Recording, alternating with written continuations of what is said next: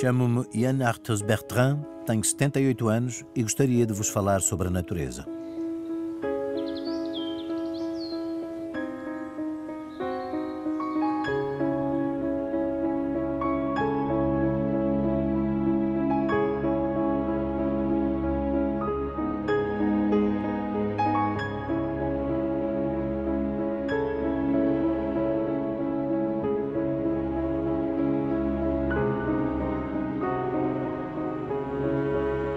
Com a idade, adquiri um sentimento profundo de que nos esquecemos do essencial.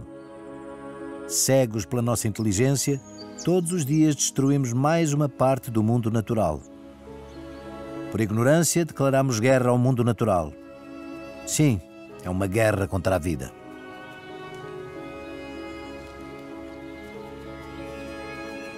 Dirijo-me agora a vocês que estão a assistir a este filme para podermos refletir sobre o que nos divide e, ao mesmo tempo, o que nos aprisiona. Refiro-me a todas as ordens contraditórias e paradoxos omnipresentes nas nossas sociedades e no nosso cotidiano. Comecemos pela transição energética, por exemplo.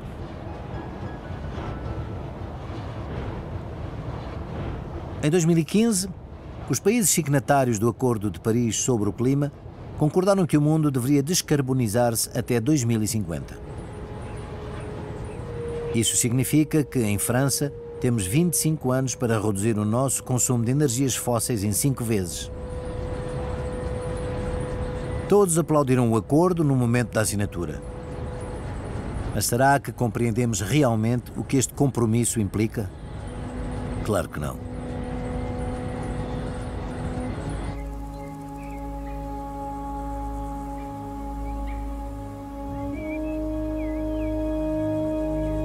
Mas, por enquanto, a sua produção apenas acresce à das energias fósseis, em vez de a substituir. Mesmo o hidrogênio, apresentado como uma solução ideal, é uma falácia. A sua produção depende em 98% das energias fósseis. Trata-se, portanto, de uma alternativa falsa, tal como os biocombustíveis. Procuramos novas fontes de energia quando deveríamos encontrar soluções para consumir menos.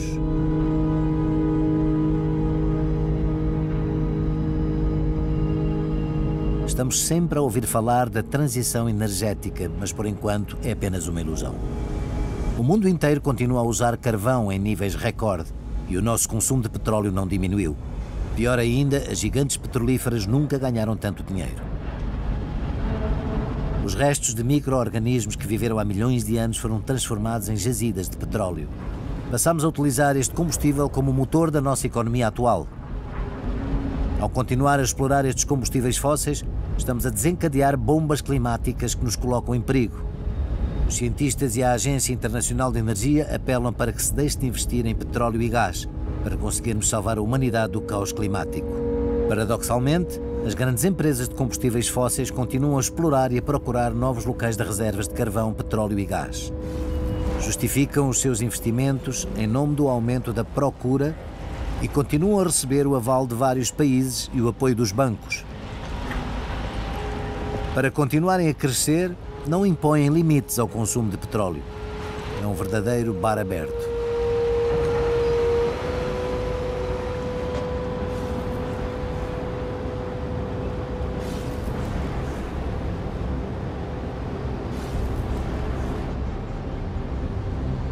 Para mim, é normal que as gigantes petrolíferas alimentem as violências e as tensões sociais.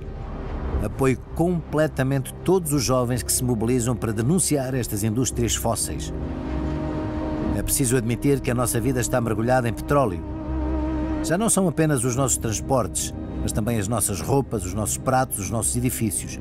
Tudo o que consumimos é produzido com recurso a combustíveis fósseis. O problema é que 2050 é já amanhã. Acordar apenas alguns anos antes deste prazo que foi estabelecido não servirá de nada. É agora que temos de começar a desacelerar a máquina. Precisamos de uma verdadeira revolução e isso será difícil. É ridículo esconder isso.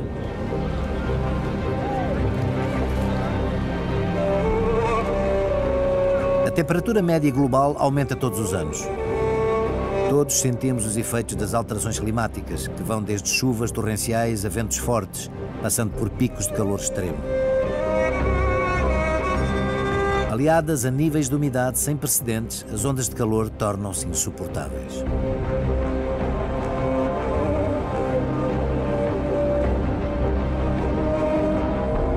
Em junho de 2024, a peregrinação a Meca foi marcada por mais de 1.300 mortes, a maioria devido a temperaturas superiores a 52 graus. Para arrefecer o ar e salvar vidas, o ar-condicionado tornou-se indispensável nos países mais quentes e para pessoas mais frágeis. Em apenas 30 anos, triplicou o número de aparelhos de ar-condicionado vendidos por ano. Hoje, o ar-condicionado representa 10% do consumo mundial de eletricidade, ou seja, tanto quanto todos os outros eletrodomésticos juntos. Esse número pode triplicar até 2050. É um ciclo vicioso. Quanto mais calor faz, mais usamos o ar-condicionado. E quanto mais usamos o ar-condicionado, mais energia consumimos. Pode aumentar a temperatura da atmosfera.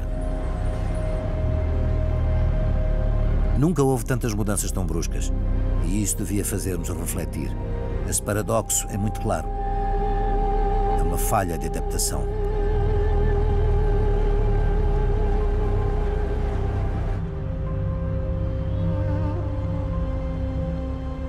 A Sphere, uma sala de espetáculos inaugurada no final de 2023 em Las Vegas, é coberta por 57 milhões de díodos. O resultado é impressionante, mas é um poço sem fundo em termos energéticos, representando o consumo anual de energia de uma cidade de tamanho médio.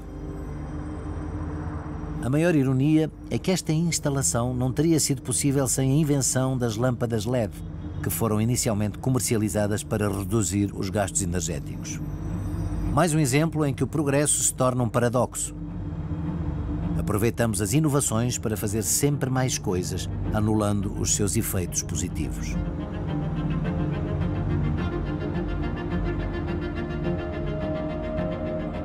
Perante o aquecimento global, contamos histórias, inventamos cenários que nos tranquilizam para continuarmos a pensar que não precisamos mudar nada. Como, por exemplo, a fábrica muito divulgada na Islândia que retira CO2 da atmosfera e é apresentada como uma solução milagrosa. Ela mistura o CO2 com água e depois injeta-o a 1000 metros de profundidade, onde a mistura se transforma em rocha 2 anos depois. Infelizmente, precisaríamos de 9 milhões de fábricas como essa e de toda a energia do mundo para capturar todas as nossas emissões anuais de CO2. É impossível.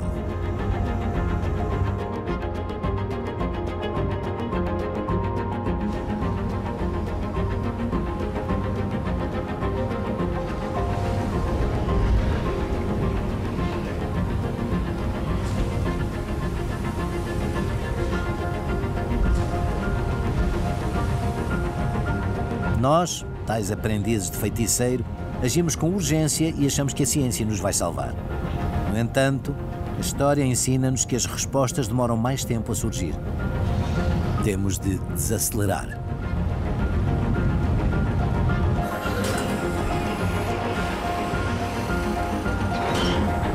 Não consigo deixar de pensar neste paradoxo quando estou ao volante do meu carro elétrico. Tenho sempre a sensação de estar a deslocar-me de forma mais ecológica. Infelizmente, por mais que esteja em paz com as minhas convicções, também sei que esta solução não é ideal. Ao conduzir, emito até 5 vezes menos CO2 do que com um carro alimentado por combustíveis fósseis. Mas a produção de carros elétricos depende da utilização de muitos materiais que têm de ser constantemente extraídos da terra. Os 80 a 100 kg de cobre necessários para fazer o meu veículo andar exigiram a extração de 25 toneladas de terra, sem mencionar a poluição da água e os desastres ecológicos associados. Juntamente com o níquel, o lítio e o cobalto, o cobre é o novo ouro negro e é indispensável para a transição energética. No entanto, vai tornar-se escasso muito rapidamente. Para responder às nossas necessidades até 2050, seria necessário produzir mais metais nos próximos 35 anos do que todos os que foram produzidos desde a antiguidade. Não nos esqueçamos de que o carvão continua a ser o principal combustível utilizado para produzir eletricidade em todo o mundo. Acreditamos estar a agir da forma correta ao deixar de usar gasolina, mas conduzir com eletricidade produzida a partir do carvão também não faz qualquer sentido. Substituir o problema do petróleo pela extração de metais e carvão não muda nada se não repensarmos toda a nossa mobilidade.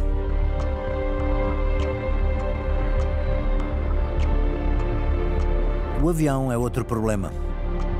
Dada a quantidade de voos que já fiz, sei que as viagens nos enriquecem e não vou tecer críticas a isso. Mas agora somos convidados a viajar pelo mundo de avião a preços baratíssimos, tornando cada vez mais invisível o verdadeiro custo ecológico de um voo. Ao mesmo tempo, também somos incentivados a viajar de comboio, mas o comboio continua a ser muito mais dispendioso. Mas por que é que o combustível utilizado pelos aviões ainda não é tributado como a gasolina dos nossos carros? Está na hora de questionarmos esta convenção que favorece o desenvolvimento da aviação internacional desde 1944. Mais uma vez, nenhum Estado questiona estas medidas e os preços baixos agradam a todos. Espera-se que o número de passageiros aéreos duplique até 2034, atingindo os 7 mil milhões por ano. E nos países emergentes, as perspectivas de crescimento são ainda maiores.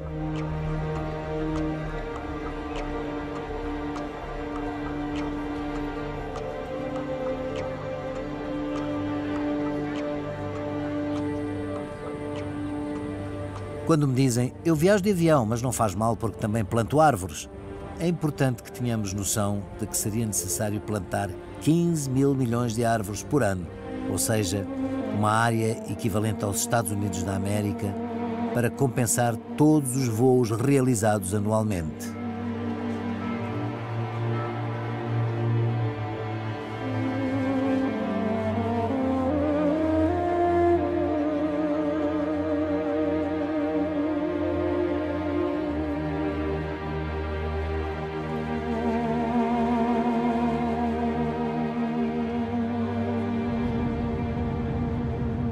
E o que dizer dos navios de cruzeiro, que ilustram a nossa mania da grandeza? São construídos com dimensões cada vez maiores, criando verdadeiras cidades flutuantes com capacidade para até 9 mil pessoas. Esta exuberância consome cada vez mais recursos e ultrapassa em muito as emissões de CO2 dos aviões.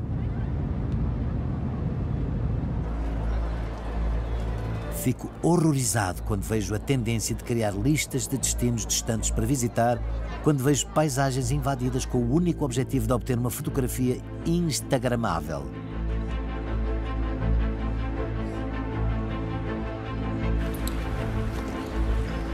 Em alguns locais, o excesso de visitantes prejudica a conservação do ambiente local, como no Monte Everest, onde os alpinistas, acompanhados por Sherpas, fazem fila para chegar ao cume, como se estivessem à espera nas filas de um supermercado ou de um cinema. Ou aqui nos parques nacionais, onde toda a gente vem ao mesmo tempo, ao mesmo local, fazer as mesmas coisas.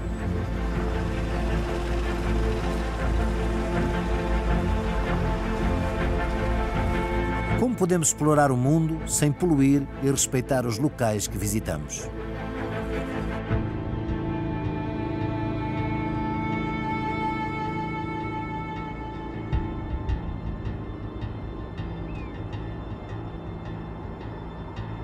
Estaremos prontos para rever também a natureza das mudanças que provocamos?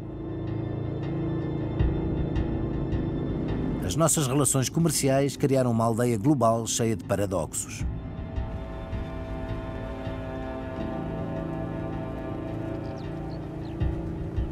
Nos nossos pratos encontramos salmão da Noruega, abacates do México, camarões de Madagascar e molho de tomate da China.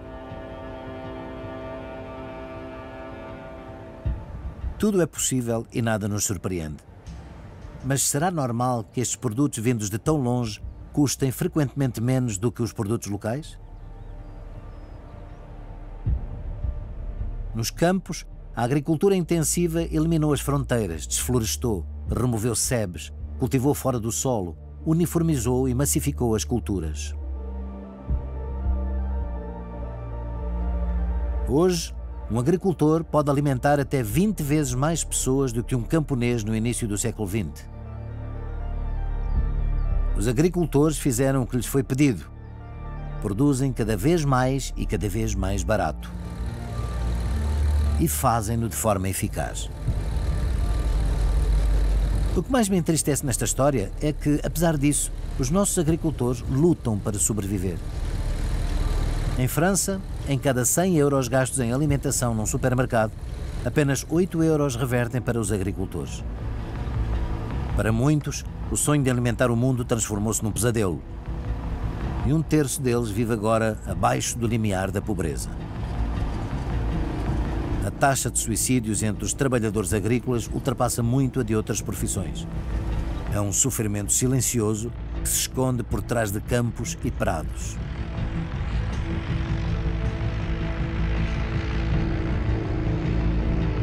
No final das contas, este sistema já não é viável. Como algumas pessoas agem de forma impune, saímos todos a perder.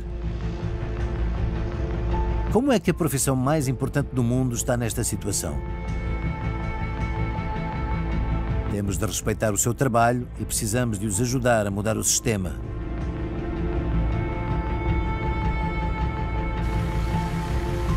Neste círculo vicioso, os agricultores usam pesticidas nas culturas para continuar a sobreviver e a acompanhar o ritmo da procura a preços cada vez mais baixos. Os pesticidas permitem aumentar o rendimento, mas a que preço? Estes produtos, derivados de armas químicas, são usados em grande escala. 100 mil toneladas de produtos fitossanitários são vendidas em França todos os anos. Estamos a trazer a guerra biológica para os nossos pratos. Os pesticidas são um dos maiores paradoxos. Eles envenenam os agricultores, debilitam a nossa saúde, poluem os lençóis freáticos e destroem a biodiversidade. Em França, cerca de 531 produtos químicos chegaram a ser autorizados e posteriormente proibidos. Os que ainda são utilizados, como o glifosato, um dia também serão proibidos. De que estamos à espera? Mesmo os pesticidas cuja utilização proibimos nos nossos países continuam a ser exportados para países com rendimentos mais baixos e normas ambientais muito menos restritivas. Para mim, isto já não é um paradoxo, mas sim um grande escândalo. Como é que os nossos representantes podem fechar os olhos a estas práticas e privilegiar uma economia que envenena vidas noutros lugares do planeta? Por que não aprender com um escândalo como a clordecona? Um inseticida proibido nas Antilhas demasiado tarde, apesar de já ser proibido noutros lugares. Atualmente, a população local vive com uma taxa de cancro muito acima da média. Essas incoerências deviam ser mais divulgadas e demonstram que não aprendemos com os nossos erros. Não sou agricultor e não tenho uma solução para este problema. Mas os pesticidas não podem ser a resposta porque aniquilam vários seres vivos.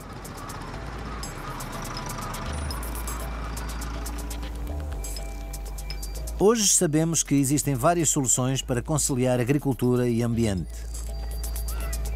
Estou convencido de que a agricultura biológica tem muitos mais benefícios para a sociedade em comparação com a agricultura intensiva. No entanto, os agricultores que têm a coragem de ir contra o sistema e cultivar de forma mais ecológica, acabam por enfrentar diversas dificuldades. O seu setor está em queda livre por falta de compradores e de apoio público. Não é revoltante que um modo de cultivo mais sustentável esteja em declínio há já alguns anos? Não faz sentido nenhum. O custo da agricultura biológica reflete a mão de obra adicional necessária para trabalhar com a terra e não contra ela. Uma alimentação mais saudável para todos é proteger a vida e proteger-se a si.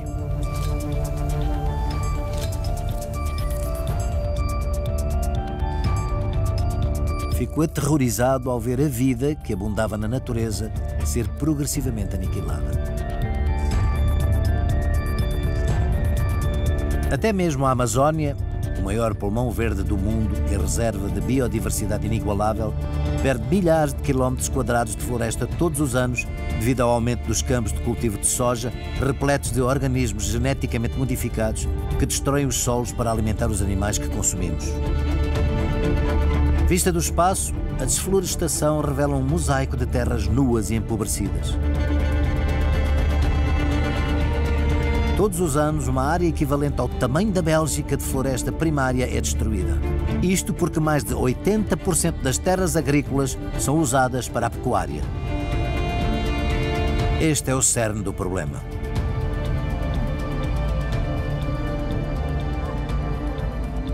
Também existem novas fábricas de produção de leite. A lógica do rendimento e da otimização provoca uma forma de violência que não gostamos de encarar.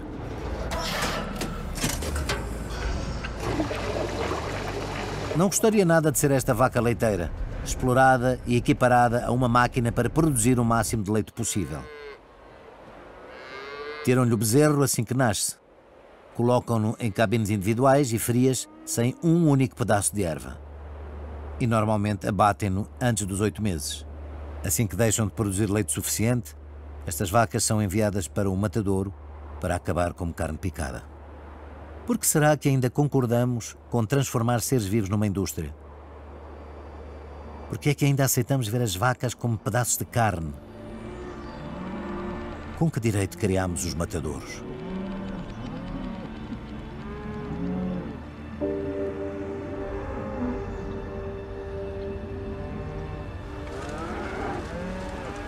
Sabemos que os animais são dotados de consciência e sensibilidade. Eles sofrem tanto quanto nós, e isso deveria levar-nos a questionar se os seres humanos são realmente empáticos. No entanto, todos os anos matamos 92 mil milhões de animais terrestres para a alimentação.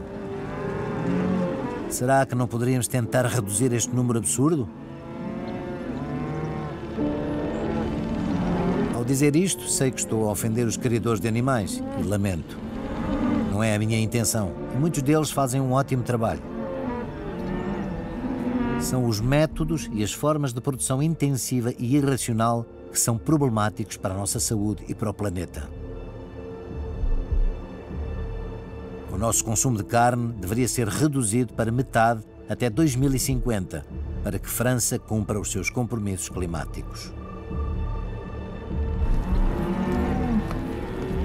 É muitas vezes sob o pretexto dos hábitos, mas também da tradição, que perpetuamos esta violência.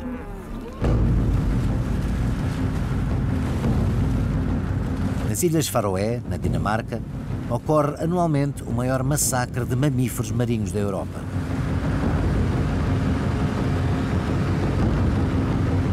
Mais de 1.500 cetáceos são mortos ao longo de cerca de 20 baías. É uma loucura. Estas imagens são chocantes. Antigamente, estas caçadas alimentavam as aldeias durante meses, mas atualmente as Ilhas Faroé têm um dos níveis de vida mais elevados da Europa. Esses cetáceos são uma espécie protegida. Por que motivo mantemos uma prática tão cruel?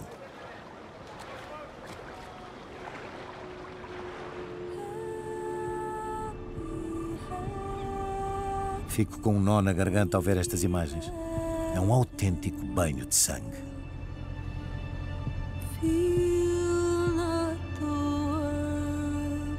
Esta prática parece-nos bárbara, mas a pesca intensiva que enche as prateleiras dos nossos supermercados envolve tanta ou mais violência.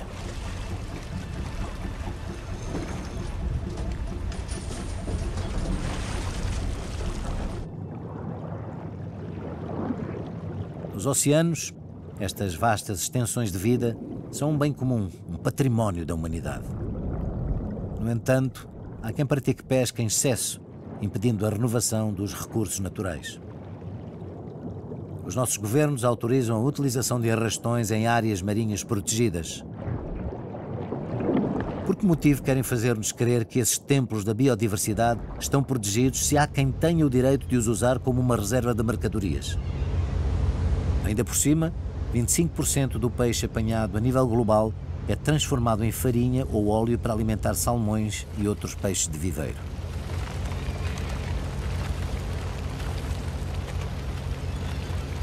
completamente absurdo.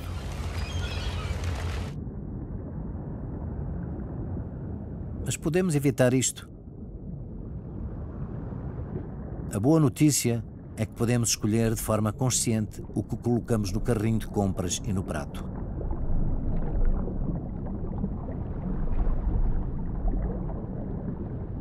Sei bem que isso não resolve tudo, mas é um primeiro passo. Podemos começar uma mudança no sistema alinhando as nossas escolhas como consumidores com as nossas intenções como cidadãos. Isso fará a diferença.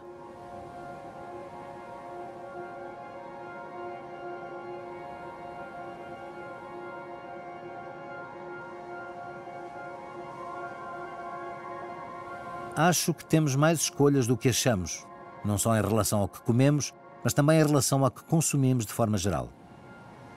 Em relação ao que vestimos, por exemplo. Atualmente, a moda pronta a vestir consegue a proeza de renovar as coleções todas as semanas. Já estamos muito longe das coleções que acompanhavam o ritmo das estações. As marcas invadem os nossos telemóveis e as nossas redes sociais, onde pagam a influenciadores para promoverem um guarda-roupa cada vez mais vasto. A marca chinesa de pronto a vestir Shein tem 470 mil peças de roupa disponíveis no seu site e adiciona cerca de 7.200 novas peças por dia. É uma loucura. Pense nisto. A produção têxtil é responsável por cerca de 10% das nossas emissões de carbono e está entre as indústrias mais poluentes. Seja pelo cultivo de matérias-primas, que consomem muita água e pesticidas, seja pelo uso de fibras sintéticas, seja pelos corantes ou ainda pelo transporte. Se compra uma t-shirt por 5 ou 10 euros, consegue perceber que não sobra muito para pagar às pessoas que a fabricaram. Como serão as suas condições de trabalho e a sua saúde geral, afetada por produtos nocivos? Um francês compra, em média, 42 peças de roupa novas por ano. É o dobro do que se comprava há 20 anos, embora usemos apenas 1/3 das roupas que temos no guarda-roupa. Cerca de 22% das encomendas entregues pelos correios franceses são roupas provenientes da China e produzidas pela Temu ou pela Shein. A indústria têxtil baseia-se num modelo linear ultrapassado que não cessa de produzir, fabricar, vender e deitar fora.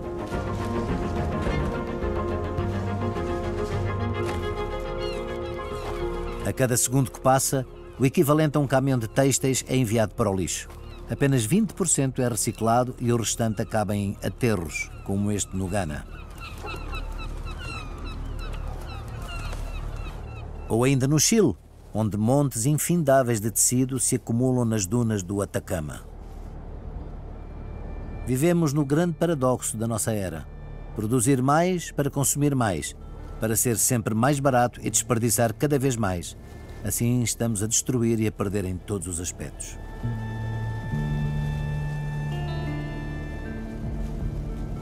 O que me ultrapassa é que esta indústria da superprodução está completamente desligada das nossas necessidades reais. É um desperdício inimaginável.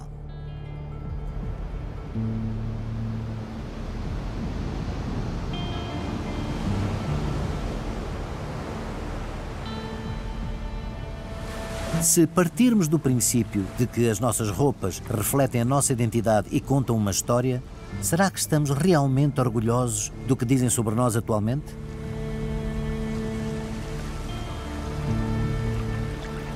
Podemos aplicar este pensamento à grande maioria dos objetos que possuímos.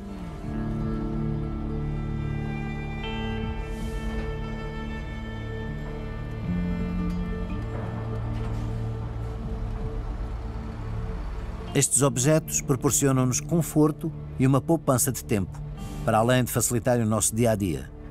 Mas perante estas montanhas de lixo, concluo que não foram feitos para serem reparáveis nem recicláveis. No entanto, na natureza, o conceito de resíduo não existe. Lembre-se de que nada se perde, tudo se transforma, numa lógica circular.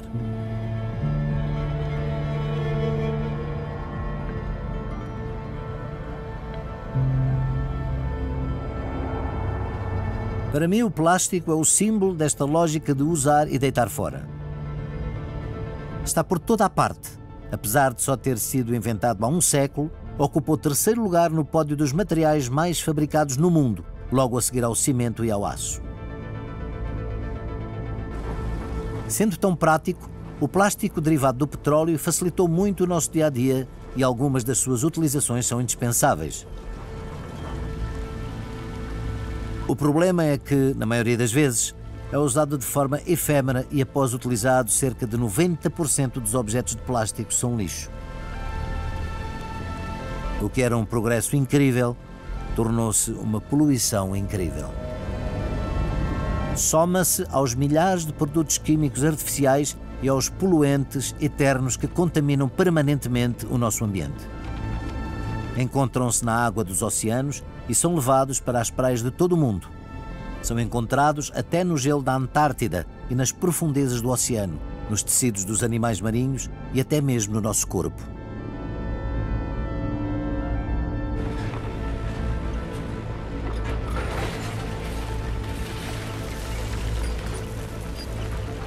O mais alarmante é que os fabricantes de petroquímicos prevêem triplicar a produção mundial de plástico até 2060.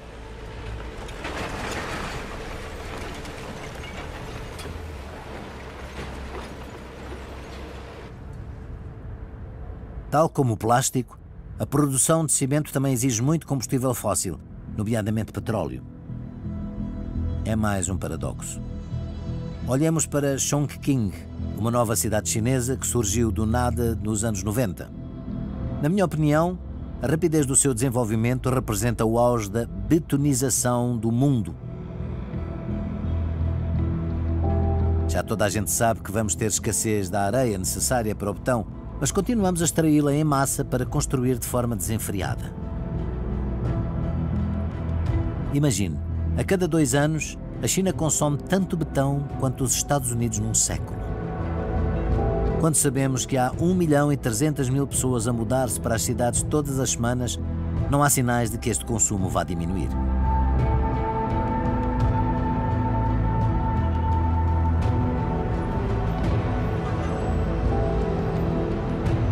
Entre 4 paredes, atrás dos nossos ecrãs, estamos em contacto com os outros, mas completamente desligados do resto do mundo natural, do qual dependemos todos os dias.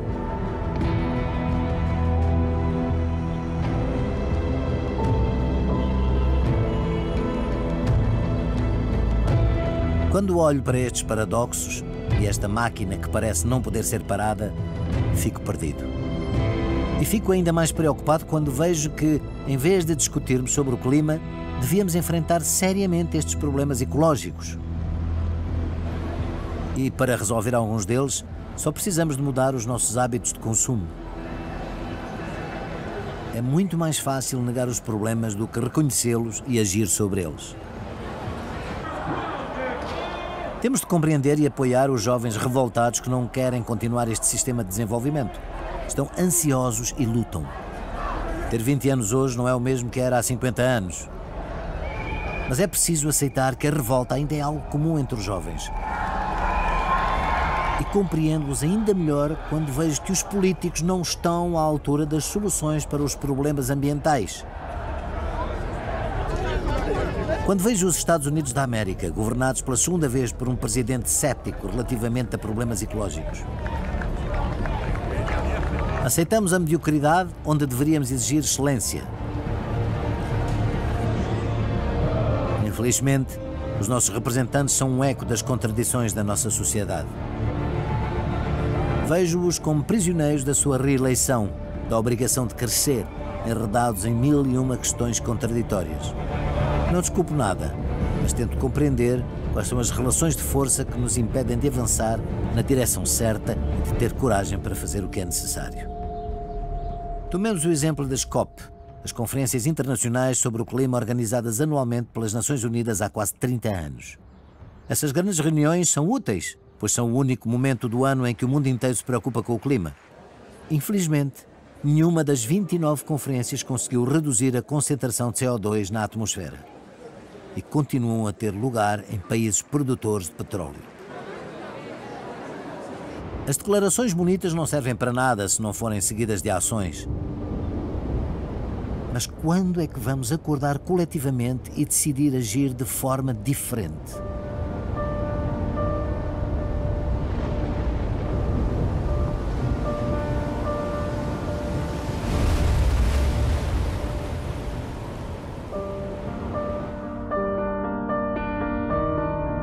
Tenho a impressão de que já não conseguimos pensar nas limitações que os nossos próprios paradoxos nos impõem. Às vezes, sinto que estamos perdidos. Já não sabemos a quem devemos dar ouvidos, nem em quem acreditar.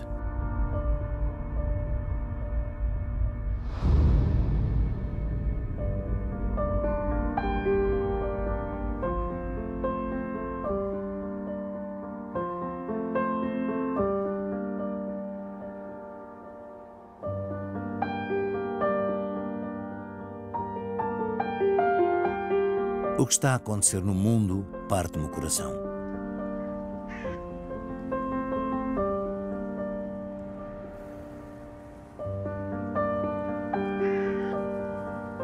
Para mim, a guerra é o paradoxo supremo da nossa humanidade. Filmei a desolação em Mossul, no Iraque, onde as ruínas ainda estavam impregnadas do cheiro dos mortos. Esse cheiro marcou-me para sempre. Nós, que nos orgulhamos tanto de ser uma espécie diferente, dotada de vários níveis de consciência, capaz de empatia e de sensibilidade, conseguimos aceitar tamanha violência? Acho que fazemos com a natureza o que fazemos com a guerra. Aceitamos a banalidade do mal que nos rodeia. Vemos tanta violência nos nossos ecrãs que é fácil habituarmos-nos a ela, assimilá-la como mais uma notícia qualquer. Eu próprio estou preso neste fluxo de imagens e nesta abundância de informações que me perturbam. Sinto-me simultaneamente muito próximo e muito distante destes conflitos.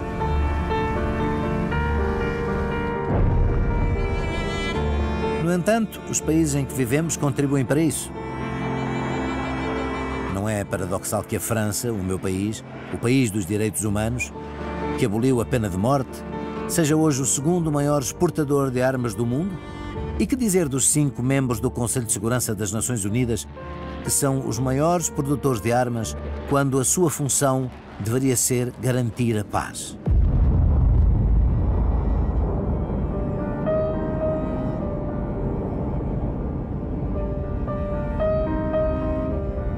Após 4.006 milhões de anos depois da formação do planeta, 9 países possuem um arsenal nuclear com mais de 13.000 bombas, o suficiente para destruir 13 vezes toda a vida existente na Terra.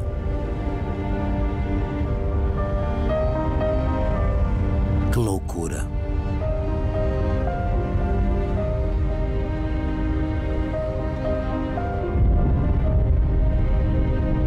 Como disse Edgar Morin, o progresso tecnológico sem sabedoria torna-se num instrumento de morte.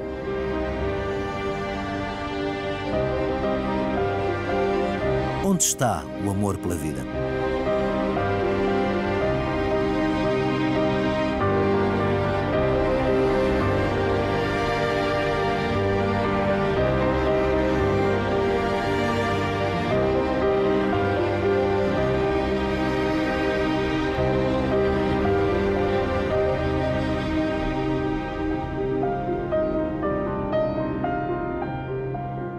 Compreendo a tentação de ceder à impotência, de acreditar que tudo está perdido.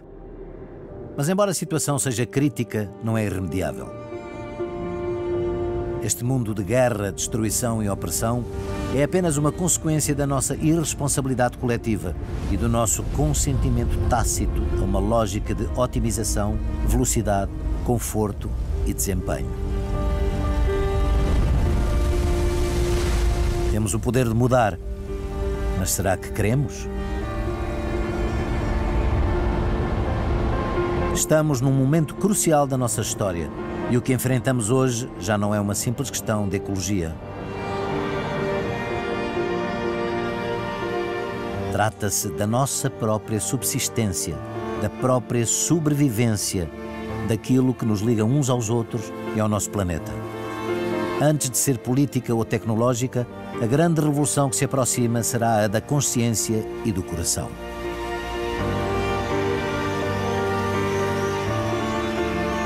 As nossas escolhas individuais e coletivas devem ser motivadas por um desejo profundo de defender a vida na Terra. O século XXI é um século que tem tanto de decisivo quanto de maravilhoso. Temos a oportunidade de tomar consciência dos nossos erros e evoluir. E cabe-nos a nós decidir que caminho seguiremos.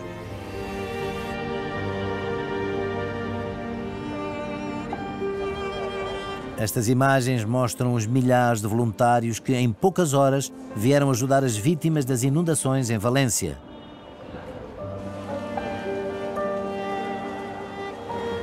Como que, atraídos por um ímã de solidariedade, foram movidos pela vontade de ajudar. Esta solidariedade é contagiante. Gostaríamos todos de poder ajudar. Acho que é possível unirmos-nos perante as catástrofes. Este impulso de ajuda toca-me profundamente. Acho que devemos lembrar-nos dessas histórias que nos inspiram e que nos podem transformar.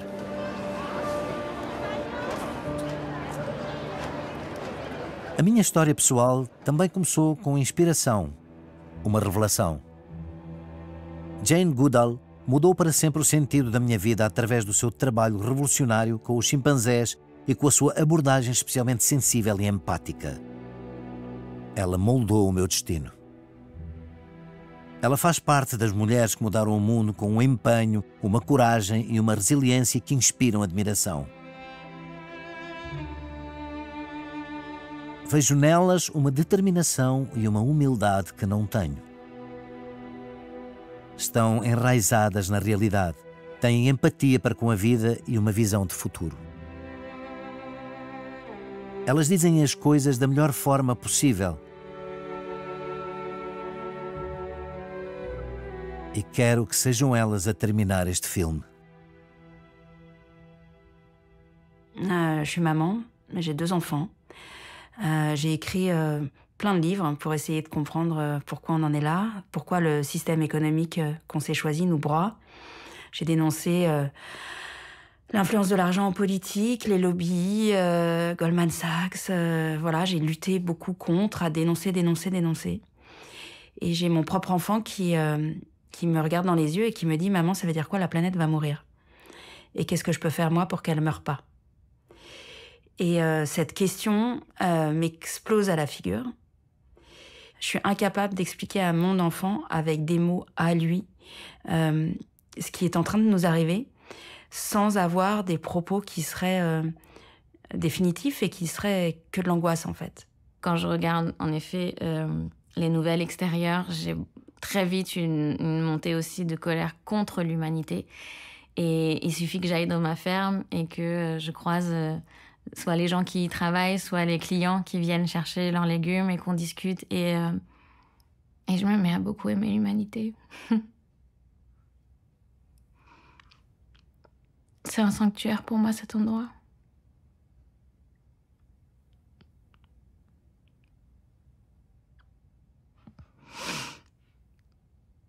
Et tu sais, j'aime la vie et j'aime cette planète et j'aime l'expérience que je vis sur Terre. Mais je suis très fatiguée aussi.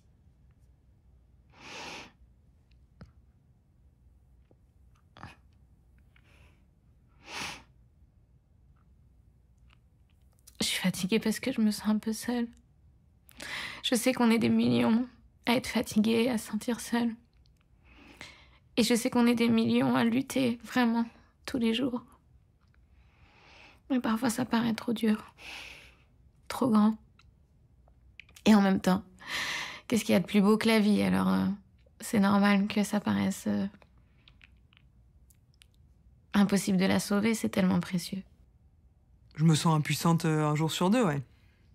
Non, mais il y a un jour sur deux où je me réveille avec une patate et une impression que on peut tout faire, qu'il y a énormément de volonté, qu'il y a énormément de joie, qu'il y a de l'envie, que tout est possible. Et puis il y a un autre jour sur deux où je vois le niveau de la Drôme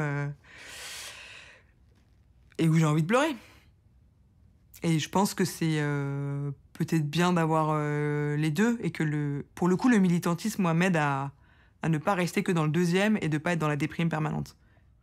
De rien faire, ça nous laisse souvent un sentiment d'impuissance et une déprime beaucoup plus importante que d'agir. Quelle que soit l'action. Ça peut être des choses toutes bêtes comme de consommer moins ou de consommer mieux. Ça peut être de s'engager dans une association. Ça peut être d'aider votre voisin. Ça peut être de changer de boulot. Ça peut être de parler à la machine au café de sujets qui vous tracassent. Peu importe la façon, mais commencer à se mettre en action. Moi, je sais en tout cas qu'à titre personnel, c'est la mise en action qui fait qu'il y a de la joie dans ma vie et pas uniquement un sentiment un peu d'être enfermé, angoissé par le nombre de crises que je vois défiler à la télévision. Et donc ouais, ce serait ça. C'est choisissez comment, mais restez pas dans l'impuissance. Bien sûr, il faut des chefs d'entreprise pionniers qui montrent qu'une autre manière de faire est possible. Il faut des lanceurs d'alerte qui nous ouvrent les yeux sur les dangers de telle ou telle pratique. Il faut des politiques courageux qui acceptent de porter des lois qui font un gros changement dans notre société. Et surtout, il faut aussi des médias qui alertent et qui relaient en fait tous ces sujets-là. Et il faut une pression citoyenne. Donc, on voit bien que c'est jamais l'affaire d'une seule personne, tout ça. C'est les forces combinées de plein d'acteurs de la société qui agissent. La fin, c'est d'avoir un monde où les gens vivent bien. Et c'est d'avoir un monde qui perdure. La fin, c'est finalement c'est le bien-être de l'humanité. Donc, c'est complètement possible d'avoir une économie au service de l'intérêt général. Il suffit juste de redresser un peu la barre parce que le cap a été un peu perdu ces dernières années. On peut gagner. Pour l'instant, ça reste petit, mais c'est un peu une machine qui est grippée. Et puis, peut-être au fur et à mesure que les victoires vont s'accumuler. En fait, chaque victoire est l'espoir d'une victoire à venir. Je crois que ce qui est mon moteur, le moteur de tous mes engagements, c'est l'espoir. C'est la conviction profonde que nous sommes beaucoup plus nombreux et beaucoup plus forts que celles et ceux qui aujourd'hui conduisent le monde au chaos et au précipice. Et qu'il n'y a aucune raison de laisser gagner ceux qui aujourd'hui s'expriment à notre place ou qui sacrifient notre avenir, celui du monde, celui de nos enfants, sur l'autel de rapports de force, de pouvoir, de domination qui ne tiennent absolument pas compte de la vie humaine. On a du pouvoir et c'est ça qu'il faut garder en tête. On n'est pas personne, c'est pas parce qu'on est chacun dans notre petit coin qu'on peut pas faire bouger les choses, c'est faux. Et ça, c'est aussi un argument qu'on retrouve très souvent. Oui, mais c'est pas parce que moi je vais faire quelque chose que ça va changer. Bah si, justement. Tous ensemble, on peut faire changer les choses. C'est bête de le dire, parce que tout le monde le dit, mais c'est vrai, c'est vrai. Tout ce qui aujourd'hui paraît ne pas avoir d'intérêt, la bonté, l'amour, la bienveillance, la compassion, la naïveté même d'y croire. Et c'est une responsabilité aussi de recouper avec cette naïveté enfantine, cette candeur-là, de dire bah c'est possible. J'ai 31 ans, j'y crois. On change toujours les choses. Bien sûr qu'on y arrive. C'est ça l'histoire. C'est une succession de faits, jour après jour, hein, qui font l'histoire. Et l'histoire est faite de gens qui ont changé les choses, qui ont changé le destin, qui ont changé le cours des choses. Et la fatalité n'est que la somme de nos démissions. Donc à nous de ne jamais démissionner, quoi qu'il arrive. Même dans le cœur de l'obscurité, dans le fond des ténèbres, les humains n'ont jamais abandonné. Pas seulement l'espoir, ils n'ont jamais abandonné l'action, ils n'ont jamais abandonné la résistance.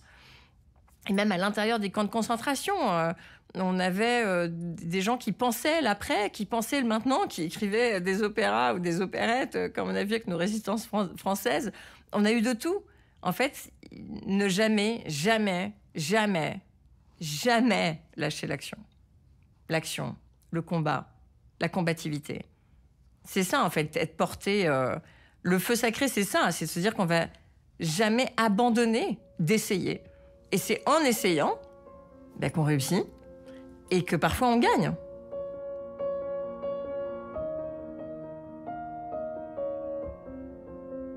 Moi, je parle beaucoup de devenir gardienne et gardien de la nature. Personne sur son lit de mort se dit « j'ai pas assez consommé » ou « j'ai pas assez travaillé ». La force de l'amour est une chose absolument exceptionnelle. Si on ne sert pas à quelque chose pendant qu'on est vivant, eh ben à quoi ça sert d'être vivant? Rétablir un dialogue, rétablir des collaborations, ça me paraît être l'espoir pour demain. Ce qui change les choses, c'est de militer collectivement, de créer une vraie force. Réveillez-vous, agissez. N'attendez pas que quelqu'un dise non à votre place.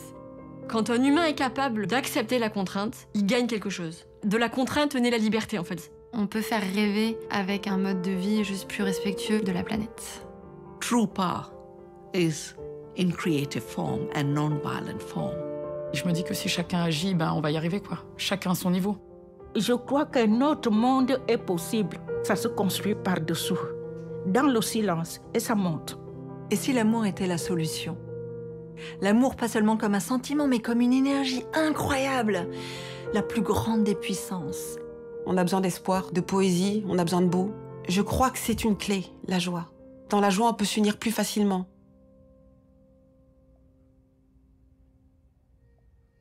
Well, my most important message to humanity is what I say all the time, and it's so important, and it's, don't forget that every single day you live, each one of you, me, all of us, every single day we make a difference, and we have a choice, most of us, as to what kind of difference we're going to make. That, to me, is the most important message. Esta frase de Jane faz muito sentido para mim. Como posso contribuir para fazer a diferença hoje?